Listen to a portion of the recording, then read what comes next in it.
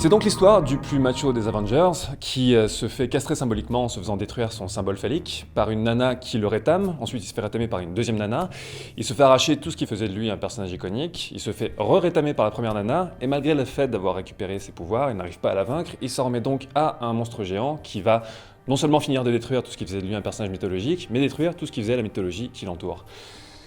Et après on vient me dire que c'est pas un film qui prend des risques ? Je sais pas ce qu'il vous faut. Salut tout le monde, je me suis beaucoup amusé devant Thor 3, mais paradoxalement, je crois que c'est le film qui montre le plus l'essoufflement du genre super-héroïque.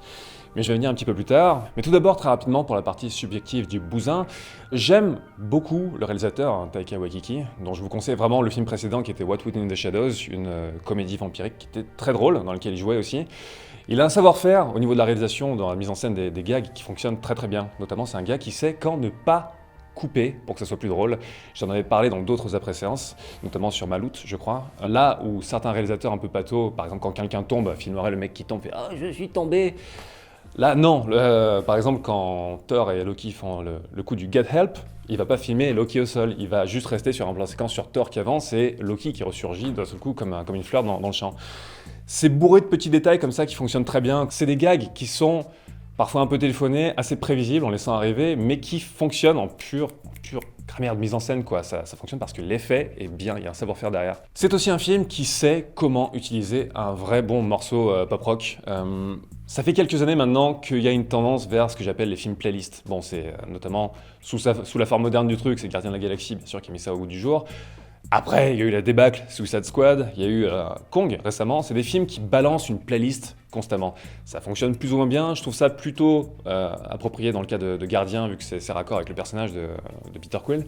Mais ça a souvent été très très mal exploité, en mode on vous balance des bouts de morceaux random, qui est vraiment sans qu'il y ait de construction dramatique qui mène, donc sans qu'on ait vraiment le plaisir de voir ces morceaux arriver, parce qu'ils signifient quelque chose et qu'ils sont bien exploités. Là, dans Thor, il y a un seul morceau emblématique à ce niveau-là, c'est Immigrant Song de Led Zeppelin, et c'est bien exploité. Elle arrive 2 fois dans le film, chaque fois elle est justifiée parce qu'elle correspond vraiment au plein pouvoir de Thor, quoi. Juste son pinacle au début du film, et à la fin quand il récupère ses pouvoirs. Donc on est sur un schéma classique de chute, rétention et ainsi de suite. Le morceau n'est pas charcuté, il n'est pas coupé au bout de 15 secondes. Bon, j'adore le morceau, forcément, ça serait difficile de louper une scène à ce point-là en utilisant ce morceau, mais quand même, c'est à mettre au crédit du film. Mais pour en arriver au sujet, c'est un film qui déconstruit énormément de choses, qui prend un peu plus de risques qu'il n'y paraît par rapport à son univers, et il déconstruit presque trop. Et en fait, vraiment par rapport au visionnage, je me suis demandé jusqu'où il peut déconstruire comme ça, tout sans se déliter.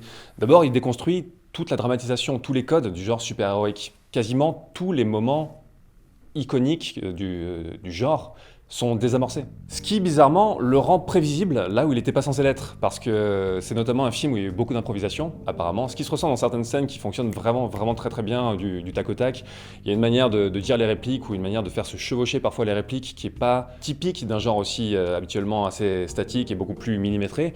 Là, ça respire plus, c'est plus humain. Mais c'est ça le paradoxe, c'est qu'à la fois ça a été beaucoup improvisé et le film prend des risques, mais dans cette manière systématique de toujours désamorcer ses effets et toujours aller dans une forme de burlesque, ça devient presque prévisible. Ce qui ne veut pas dire que les effets ne fonctionnent pas, mais par exemple quand Banner saute de l'hélicoptère, avec cette scène où il va faire « Vous allez savoir qui je suis maintenant », hop, il saute, on sent à 200 km à la ronde arriver qu'il va se cracher au sol, parce que le film nous a habitués à ça, pas parce que juste c'est comme ça que ce genre de scène doit se terminer, mais parce que depuis le départ, le film ne fait que ça. Dans l'intro, notamment, quand Thor est enchaîné et parle avec Surtur, le premier coup où il interrompt Surtur, qui était vraiment dans son monologue empoulé de bad guy, quand il l'interrompt parce qu'il a tourné et qu'en fait il lui tourne le dos, c'est drôle.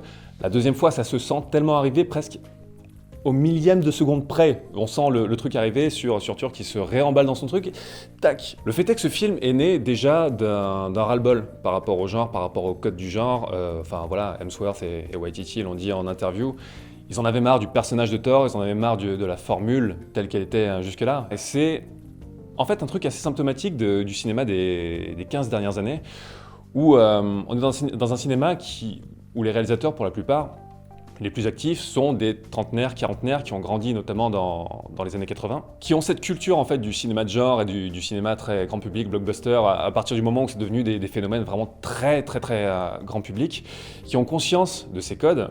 Ajoutez à ça le fait que depuis à peu près 15 ans, on est dans une culture d'archiviste avec Internet où on n'a jamais vu autant de films, on n'a jamais vu autant de contenu audiovisuel, on n'a jamais été autant exposé au code des différents genres.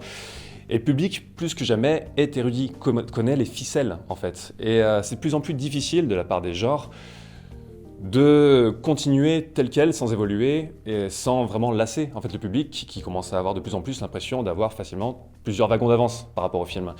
Donc il y a une sorte d'urgence qui s'est créée, j'ai l'impression pour les différents genres, de se renouveler de plus en plus vite, montrer qu'ils ont eux-mêmes plusieurs longueurs d'avance sur le public.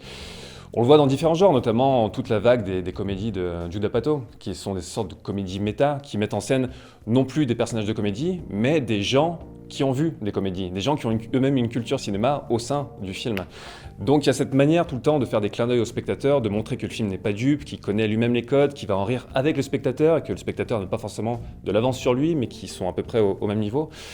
Donc il y a cette course bizarre sur les genres et sur les codes qui s'est vraiment accélérée. Et Thor 3, Thor 3. Et Thor Ragnarok est à fond là-dedans. Il botte systématiquement en touche tous les effets qui pourraient être beaucoup trop premier degré chez lui, qui pourraient être vraiment vécus par le public comme « oui, bon, ça c'est encore la scène où il va faire « oh, je suis Thor » et je mets un genou au sol et je lève mon marteau ». Le film veut systématiquement désamorcer ça. Et ça fonctionne, mais c'est pas une formule qui est viable sur le long terme. Parce qu'au bout d'un moment, on ne peut pas uniquement constamment désamorcer les codes. Les codes aussi, il faut les renouveler pour qu'il y ait aussi une base dramatique forte dans le film. Il ne suffit pas de rire de ce qui se passe, il faut quand même aussi avoir un attachement émotionnel. Là, il y a certaines scènes qui fonctionnent un petit peu au premier degré, notamment ce qui apporte Idris Elba, avec le rôle de Heimdall, qui est presque pas dans le ton du film. Il est beaucoup trop sérieux au bout d'un moment, tu vas me dire, mais détends-toi. Mais en même temps, il apporte une assise un petit peu émotionnelle forte, où c'est un des seuls personnages en fait, qui permet de se dire « ouais, ce qui se passe, quand même, il y a un enjeu et c'est peut-être pas aussi cool que ça ». N'est-ce pas ? Ce qui donne à ce film un mélange vraiment bizarre à la fois d'ironie et d'innocence. Parce qu'il essaye d'avoir cette légèreté, vraiment, cette innocence, le fait de pouvoir rire de tout et s'en remettre aussi à un imaginaire très coloré de comic book des origines. Et d'ironie constante à constamment dire au spectateur « regarde, j'ai conscience des codes, regarde, j'en ris avec toi, haha, c'est drôle hein ».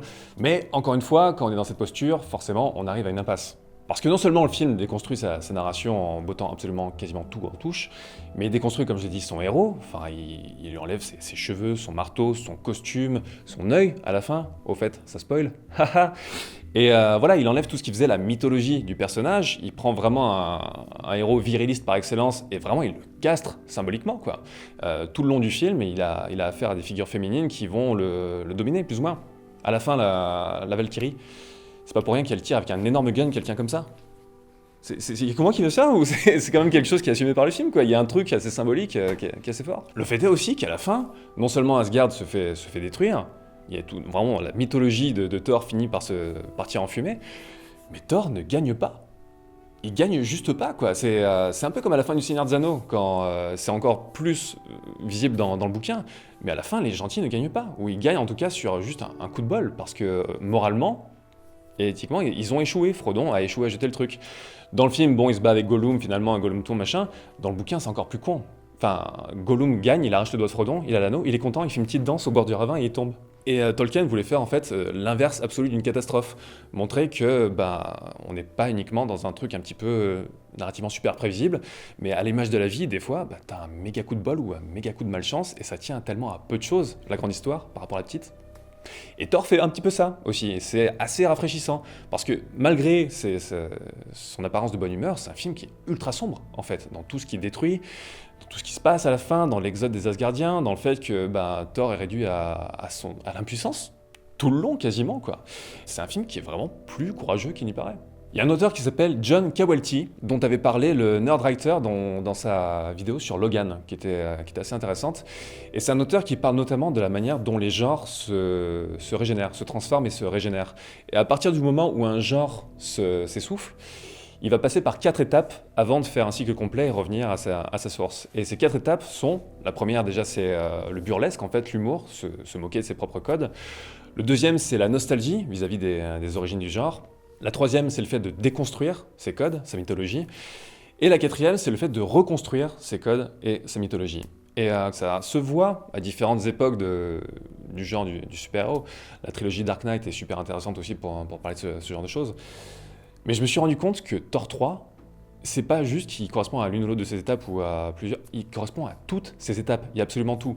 Il y a le fait de se foutre de la gueule de ses propres codes, vraiment d'être dans la dérision constante, le fait d'être dans une nostalgie par rapport aux origines du genre, déjà par rapport aux années 80, bien sûr, dans l'esthétique, mais comme je le disais tout à l'heure, par rapport à une certaine innocence des comic books, des origines très colorées, très insouciants, dans le fait de déconstruire sa mythologie, ça, bon, je ne vais pas m'étendre plus dessus, il déconstruit absolument tout, il détruit tout, et dans le fait de reconstruire sa mythologie, parce que jamais dans un film de Thor, et même dans toute la mythologie Marvel au cinéma, il a été autant établi que Thor est le dieu du tonnerre. Et donc il y a cette dimension mythologique où il s'agit de retrouver en fait ce qui fait, par-delà tout l'attirail, en fait la sève du personnage.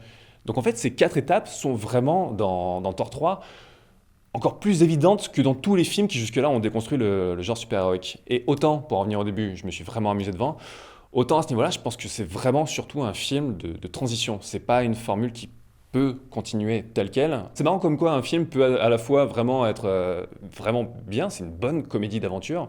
C'est même pas un film d'aventure et de l'humour, c'est une comédie d'aventure avant tout. Et à la fois, ce modèle n'est pas viable du tout, quoi. Donc, ça montre que les univers étendus de ce type, qui se déploient depuis une dizaine d'années, avec une ampleur vraiment assez inédite, ils sont bourrés de défauts, mais du point de vue de l'évolution des genres, du cinéma et tout ça, grand public, sont assez intéressants à observer. J'ai pas d'autres exemples que Thor 3 qui montrent à ce point ce paradoxe, en fait. Donc voilà pour mes 2 cents sur ce film. N'hésitez pas à dire ce que vous pensez de tout ça dans les commentaires. Et je vous dis à très très bientôt. Ciao!